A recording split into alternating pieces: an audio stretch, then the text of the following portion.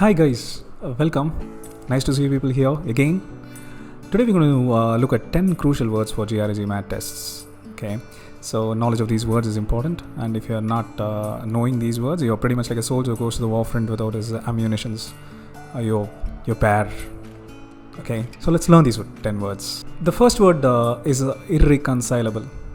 Men and women date, and suddenly boy or the girl, they say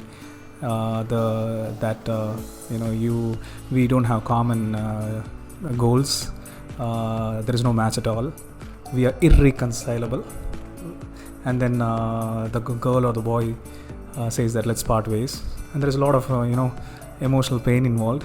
But the word that is being used there in that context is, we cannot reconcile with each other. That's what the girl says to the boy, or the boy girl says to the girl. Okay, so irreconcilable means two things don't go together. Two things are incompatible. So irreconcilable means cannot match, don't fit with each other. So that's the meaning of irreconcilable. Next word is discern. The professor asked the student whether you're able to discern that problem, whether you're able to see it clearly, whether you're able to understand it, finally discriminate it. Okay, so that is called as a discern. Discerning is you're able to closely look into something and understand it. Okay, that is called discerning. Okay, to discern is to finally discriminate between things and identifying it or understanding it. So that's the meaning of discern. We all have a tendency towards something. We like certain things. Okay, we love certain things. We dislike certain things. Okay, normally we use the words like that is interesting, or this is interesting, or that is likable. But there is also another word, which is predilection. When you say that you have a strong predilection for football, it means you like football. You have a strong predilection for traveling, it means you love traveling. So predilection means you kind of inclination. You like something, you love something. So that's the meaning of predilection. If you look at the old Rome was a mighty country. It was unconquerable for a period of time. There was always soldiers revolting against the captain. Okay, so what these soldiers who are trying to go against the captain, that is called, what they're actually doing is they are undermining the captain. So they're trying to weaken the captain's authority. So undermine is to weaken. Okay, when you say that when you are undermining your teacher's words, it means you're trying to weaken his words. When you're undermining somebody's authority, you're trying to reduce the authority of a person. So the meaning of undermine is to weaken. What that we're going to see is infallible. So infallible has this fall. Fall is it's a kind of weakness or a mistake. And when you have the Latin infallible, which means you don't fall, so it is like being perfect. Infallible is generally used when you're referring to God. You say God is immaculate or God is infallible. So infallible is the person doesn't make mistakes, the person doesn't fall. So infallible is like being perfect. So that's the meaning of infallibility. What that we're going to see is specious. Okay, not spacious. You know what spacious is? Spacious is which has more space. But when you say it's a specious argument, specious means it's a deceptive. You cannot trust it. So specious argument is an argument that you cannot trust it.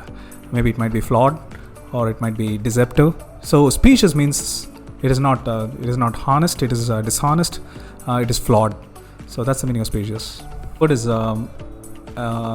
people dislike going to schools generally. There are exceptions. People also dislike going to college. There are exceptions too. The reason why there is a dislike is that the lectures are mundane. Lectures are boring. There is less of interaction. There is less of storytelling.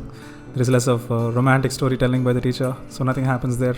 So it is a mundane affair, right? So mundane means very boring. That's the meaning of mundane. So that's the next word. So mundane is boring. What is indifferent? When you say that you are indifferent to things, it means that you're not really bothered about it. Like your father says that you're flunked out in all the tests. Absolutely, it was a complete washout. But nothing bothers you. You just say that you want to you're actually busy going for a party because that's the priority for you. So you are very much indifferent to things that might matter to you. So indifferent is like you're not concerned about things. So that's the meaning of indifferent.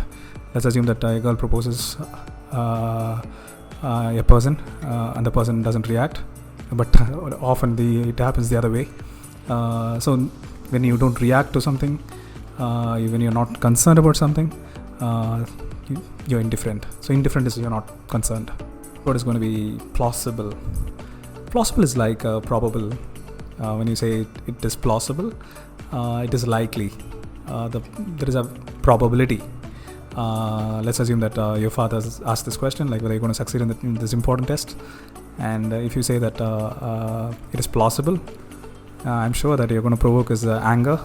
But what you're trying to say is, you will probably succeed in the tests. So that's the meaning of plausible. Plausible means probable.